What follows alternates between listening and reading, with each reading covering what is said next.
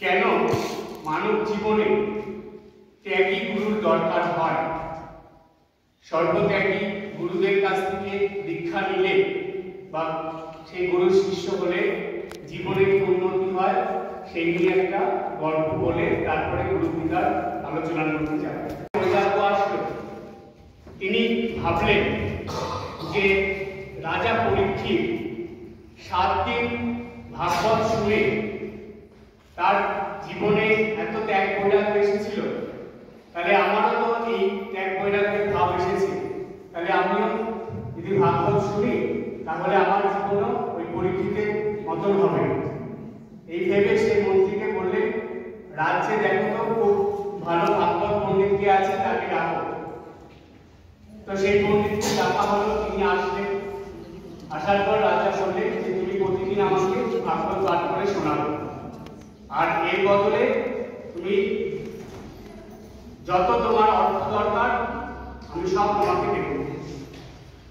যেমন আত্মজ্ঞান হয়েছিল সেই রকম জ্ঞান হওয়া চাই, সেই রকম জ্ঞান আমাকে করে দিতে হবে। তো সেই পণ্ডিত ব্রাহ্মণ তিনি শুরু করলেন। একদিন দুদিন করে 2 মাস হয়ে গেল। 2 মাস হওয়ার পরেও রাজার সেই তত্ত্বজ্ঞান যে আত্মজ্ঞান সেটা হয়নি। তো রাজা তখন 2 মাস পরে পণ্ডিতকে বলছে যে হে পণ্ডিত, তুমি 2 মাস ধরে আমাকে ভাগবত পাঠ করে শোনাচ্ছ, কিন্তু আজও পর্যন্ত আমার কিছু মাত্র তত্ত্বজ্ঞান আসেনি আমার মধ্যে। আর রাজা পরীক্ষিত মাত্র 7 দিন এই ভাগবত শুনেই তার মধ্যে সেই তত্ত্বজ্ঞানের উদয় হয়েছে। সময় দিচ্ছি, তুমি যদি এটা ঠিকভাবে না করতে পারো তাহলে তুমি কোনো অর্থই পাবে না, বরঞ্চ আমি তোমাকে শাস্তি দেব। এই কথা শুনে ব্রাহ্মণ বাড়ি গিয়ে খুব চিন্তায় পড়ে গেলেন। খাওয়া দাওয়া ছেড়ে দিলেন, রাত্রে ঘুম নেই, সমানে চিন্তা করছেন যে কি হবে, আর একদিন সময় মাত্র। তো সেই ব্রাহ্মণের একটা খুব চালাক চতুর মেয়ে ছিল। সেই মেয়েটা তার বাবার এই অবস্থা দেখে খুব চিন্তা পড়ে গেল। মেয়েটা নিয়ে বারবার বাবাকে জিজ্ঞেস করছে যে বাবা তোমার কি হয়েছে, তুমি আমাকে তোমার এই। তো সেই ব্রাহ্মণ প্রথমে বলতে চায়নি, তারপরে যাই হোক মেয়ে বারবার জিজ্ঞেস করাতে তিনি মেয়েকে বললেন যে কি ব্যাপারটা, সমস্ত ঘটনা বললেন। সেটা শুনে সেই মেয়েটা এসে তার বাবাকে রাজার কাছে, তখন আমি তোমার সঙ্গে যাব, আমি গিয়ে রাজার এই সমস্যার সমাধান করব। তো বলছি ঠিক আছে। পরের দিন সেই ব্রাহ্মণ তার মেয়েকে নিয়ে রাজার কাছে গেলেন। আপনি যে প্রশ্ন কালকে আমাকে করেছিলেন বা যে কথা বলেছিলেন যে আপনার এতদিন ধরে ভাগবত পাঠ শুনেও কেন তত্ত্বজ্ঞান বিজ্ঞানে তোমার মেয়ে বলতে পারে। তখন মেয়েটা রাজাকে প্রণাম জানিয়ে বললেন, রাজামশাই আমি আপনার প্রশ্নের উত্তর দেব, কিন্তু তার আগে একটা কথা, আপনাকে এখানে একটা থামের সঙ্গে মানে পিলারের সঙ্গে বাঁধবে আর আমাকেও বেঁধে দেবে। তো রাজামশাই হুকুম দিলেন। সেই প্রহরীরা তাদের রাজাকেও এক থামের সঙ্গে বেঁধে দিল এবং সেই মেয়েটাকেও বাঁধল। এইবার মেয়েটা রাজাকে বলছে যে রাজামশাই আপনি এবার আমাকে মুক্ত করে দিন, আমার বন্ধন খুলে দিন। তো রাজা সেই কথা শুনে বলছে এটা কি করে সম্ভব? একজন ব্রাহ্মণ পণ্ডিত হয়ে তিনি স্বয়ং সংসারে বদ্ধ হয়ে আছেন, উনি বদ্ধ অবস্থায় থেকে আপনাকে মুক্ত করবেন কি করে? আপনাকে আত্মজ্ঞানের বা আপনার মুক্ত হওয়ার কথা কি করে বলবেন? এটা কখনো সম্ভব? যে নিজে বদ্ধ থাকে সে কখনো অপরকে মুক্ত করতে পারে না। তাই যদি আপনার এইরকম মানুষের স্মরণ নিতে হবে। আর ওই সর্বত্যাগী সুখদেবের কথা শুনেই রাজা পরীক্ষিতের বন্ধন মুক্ত হয়েছিল, অর্থাৎ তিনি আত্মজ্ঞান লাভ করে মুক্ত হয়েছিলেন। তো সেই কারণে এই গল্পটা বলেছিলেন স্বামী ব্রহ্মানন্দজি মহারাজ। এই কারণেই ত্যাগী গুরুর স্মরণ নিতে হয় জীবনে এই বন্ধন মুক্তির জন্য। তিনি শিবকে সকালবেলা এসে শিবের পূজা করে তারপরে তিনি জল গ্রহণ করেন। শিবকে পূজা করে জিজ্ঞেস করছেন যে হে মহাদেব, আপনি আমাকে আজ গুরুতত্ত্ব সম্বন্ধে কিছু বলুন, আমি গুরুতত্ত্ব সম্বন্ধে জানতে চাই। সেই কথা শুনে তখন শিব বললেন যে হে দেবী, এই গুরুতত্ত্ব খুবই গভীর, এটা সহজে বোঝা যায় না। অনেক সাধনা করলে, শুদ্ধ পবিত্র জীবন হলে এবং জাগতিক কামনা বাসনা লোভ লালসা মন থেকে তুমি আমাকে এত সেবা করো বা আমার প্রতি এত তোমার বিশ্বাস ভক্তি শ্রদ্ধা ভালোবাসা আছে, তাই তোমাকে আমি গুরু গীতা সম্বন্ধে বলবো। এই কথা বলতে গিয়ে সবার প্রথমে শিব মাতা পার্বতীকে যেটা বলেছিলেন, শিব বললেন যস্য দেবে পরা ভক্তি যথা দেবে তথা গুরো তস্যৈতে কথিতা হি অর্থা প্রকাশন্তে মহাত্মনঃ। কথাটার মানেটা কি বলে দিলেন শিব। এটা কিন্তু শুধু পার্বতীর জন্য নয়, শিব সেদিন পার্বতী জগৎবাসী পরম তত্ত্ব বা মুক্তির সহজ পথ জানতে পারবে। এই গুরু গীতাই হলো মুক্তির সহজ পথ। তাই নিত্যদিন গুরু গীতা পাঠের কথা বলা হয়, গুরু তত্ত্ব স্মরণ করার কথা বলা হয়। সেই ক্ষেত্রে স্বয়ং মহাদেব বলে দিলেন যস্য দেবে পরা ভক্তি, যাদের দেবে মানে হলো এইখানে দেবে কথার মানে হলো পরমতাইতে কথিতা হি অর্থা প্রকাশন্তে মহাত্মনঃ। ঠিক সেই জিনিসটাই এই পরম ভক্তি যখন মানুষের মধ্যে আসে সেটাই তার জীবনে প্রকাশিত হয় এবং সেই পরম ভক্তি মানুষকে মহাত্মা মানে তার জীবনের যে লক্ষ্য জীবাত্মা যে পরমাত্মার সঙ্গে মিলন সেটাই তখনই সম্ভব হয়। এটা মহাদেবের কাছ থেকে শুনেছিলেন। গুরু গীতা পড়ার যে ছন্দটা সেটা আপনার গীতা পড়ার মতন ছন্দে আপনারা পড়তে পারেন। সম্পূর্ণ গুরু গীতাটা, গুরু গীতায় 113 যা আমাদের মনকে ত্রাণ করে অর্থাৎ মুক্ত করে। কিসের থেকে মুক্ত করে? আমাদের মন এই জগৎ সংসারের মধ্যে এসে ক্রমাগত বদ্ধ হয়ে যায়। কথামৃততে ঠাকুর এক জায়গায় বলছেন যে ঠাকুর দেখেছিলেন বাগবাজারের একটা পুল দেখেছিলেন ঠাকুর। তখনকার দিনে যে পুল ছিল সে টানা দিয়ে বাঁধা ছিল। ঠাকুর সেটা দেখে পরে বলছেন যে সংসারে এইরকম ভাবে এত রকম বন্ধনে মানুষ বাঁধা থাকে, একটার পর একটা বন্ধন মানুষকে চতুর্দিক থেকে আটকে রাখে। তাই একটা একটা করে বন্ধন কেটে মানুষকে মুক্ত হতে অনেক জন্ম লেগে যায়। তাহলে ঠাকুরের এই কথা শুনে একজন ভক্ত তিনি ঠাকুরকে জিজ্ঞেস করলেন তাহলে সংসারীদের উপায় কি? তখন ঠাকুর খুব সুন্দর একটা কথা বলেছিলেন। একটা কথায় ঠাকুর উত্তর দিয়েছিলেন। ঠাকুর বললেন সংসারীদের উপায় হলো গুরু বাক্যে বিশ্বাস। জাস্ট একটা কথা বলে দিলেন। তারপরে সেই পরিপ্রেক্ষিতে ঠাকুর অনেক গল্প বলেছিলেন, সম্পূর্ণ বিশ্বাস করে সেইভাবে জীবনযাপন করতে হবে। তাই ঠাকুর আর এক জায়গায় বলেছিলেন যে গুরুর প্রতি ভক্তিতেই মুক্তি। এই গুরু বাক্যে বিশ্বাস, তিনটে জিনিস প্রত্যেক দিন করতে হয়। শাস্ত্রের নির্দেশ কি কি করতে হয়? প্রথম, শয্যা ত্যাগের সময় সকালে ঘুম থেকে উঠে সবার আগে গুরু প্রণাম। দ্বিতীয়, গুরু প্রণামের পর গুরু দিয়া মন্ত্র জপ। আর তৃতীয়, গুরু পূজা। এই তিনটে জিনিস নিত্যদিন করতে হয়। এবার গুরু পূজার ক্ষেত্রে একটা প্রশ্ন আসে, পুজো করি না অনেকে, তাহলে সেই ক্ষেত্রে শাস্ত্রের নির্দেশ আছে দুই রকম ভাবে গুরু পূজা করা যায়। একটা হলো বাহ্যিক পূজা আর একটা হলো মানস পূজা। মানস পূজা আমরা বাড়িতে বা যেখানেই থাকি না কেন অবশ্যই একটা সময় করা যায়।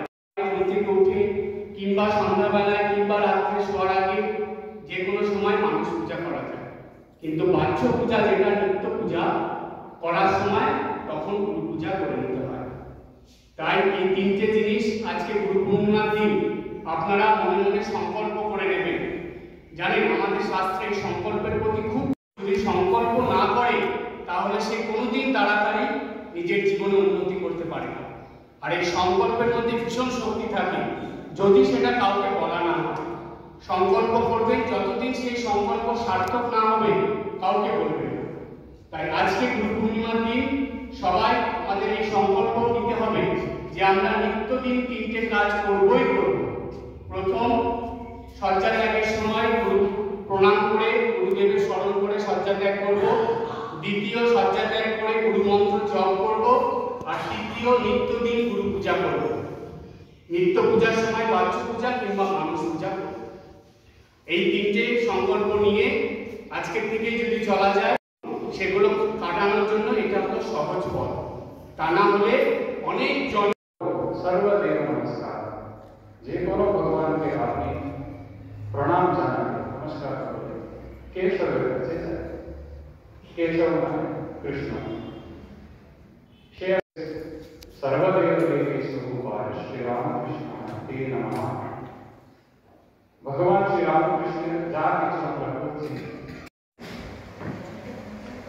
इष्टमंत्र जप करते लगते আপনারা চোখ বন্ধ করে এভাবে দুটো নির্দেশ ইষ্ট মন্ত্র আছে, মন্ত্র জপ করবেন। নারায়ণং নমস্কৃত্য सर्वकर्माणि कारये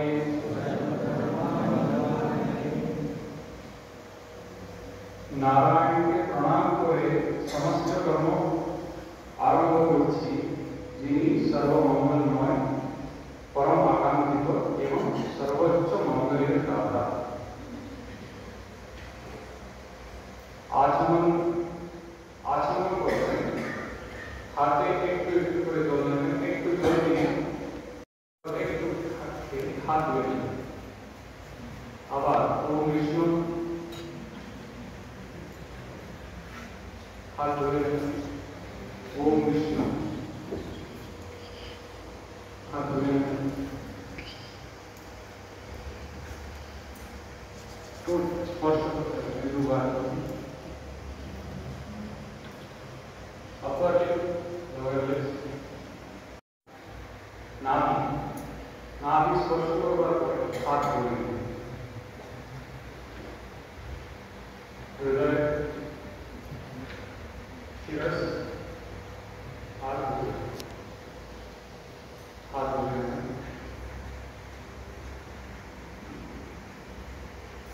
विष्णु परम पदम सदा पश्यन्ति सूर्यः दिवीव चक्षुरादतम्। ऋषिरा सर्वदा देखते पान आकाशे प्रशस्त चोखेर मतो सर्वव्यापी विष्णु সর্বদাই হলো ভগবান সবসময় আমাদেরকে দেখতে থাকতেন। আমরা পবিত্র বা सर्वावस्था गतोऽपि वा यस्मरे पुण्डरीकाक्षं सवाक्य अभ्यन्तरशुचिः। पूर्ण केन তিনি বাহিরে और ভিতরে পবিত্র হন। শুধু ঠাকুরের নাম নিয়ে, ভগবানের নাম নিয়ে শুদ্ধ হয়ে যাবেন। এখন ফুল চন্দন এগুলো দিয়ে করি, এখানে এত দিনের ব্যবস্থা করা যায়। তো আমরা দক্ষিণ ভারতে অন্নপূর্ণা সংকল্পের একটা মুদ্রা, একটা পজিশন আছে, ওইটা আমি দেখাবো। আগের বার আমরা করেছিলাম। আপনার বাম পায়ের উপরে, বাম হাত নিচে আর ডান হাত রেখে দেবেন নিচে। আমি যেভাবে রেখেছি নিচে এখানে। on your left leg, your left hand below and right hand below. কোনো মুদ্রা নেই। মাসি শুক্ল পক্ষে पूर्णिमायां तिथौ यथा साध्य विना श्री रामकृष्ण देवस्य पार्षद भक्ताश्रित जन हृदयेषु नित्यलीला भाव विकासनाय निखिल जनगण मध्ये तन्माहात्म्य यशो वृद्धये सर्वजन सुख शांति समृद्धि वृद्धये च सर्वदेवदेवी स्वरूपाय श्री रामकृष्णस्य अष्टोत्तरशत नामपूर्वकं तण्डुलार्चनं तदीय श्री रामकृष्ण चरणाश्रितोऽहं करिष्यामि।